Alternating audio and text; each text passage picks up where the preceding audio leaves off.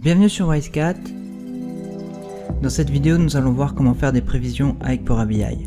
Je vais commencer par charger mes données. Elles se trouvent dans un fichier Excel. Vous retrouverez le lien vers ce fichier dans la description de la vidéo. Je vais charger la table Data.ca. Je vais aller dans Données pour avoir un aperçu de mes données.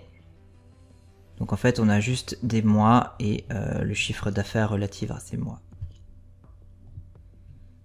Je vais faire un graphique en courbe. Au niveau de l'axe, je vais mettre les mois et au niveau des valeurs, je vais mettre le chiffre d'affaires. Donc voilà mon graphique.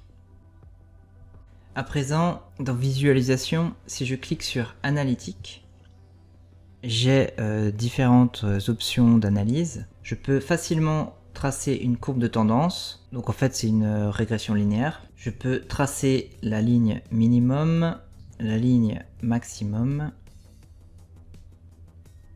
la ligne moyenne.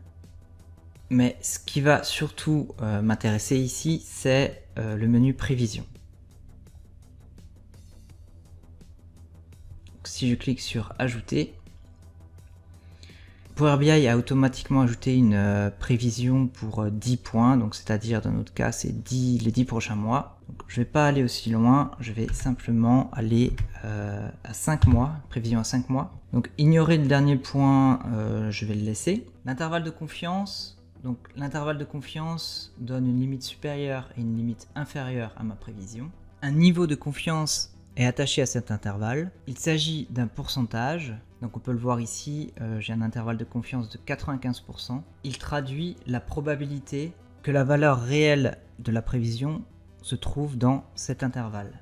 Donc ici, longueur de la prévision 5 points, intervalle de confiance 95%. Si je clique sur appliquer, voilà le résultat. Donc j'ai une limite supérieure de 123 112, une limite inférieure de 106 759 et d'après mes données, j'ai 95% de chances que la prévision se trouve dans cet intervalle. Si j'opte pour un intervalle de confiance de 99%, mon intervalle va augmenter, mais j'aurai 99% de chances, d'après mes données, que la prévision réelle se trouve dans cet intervalle.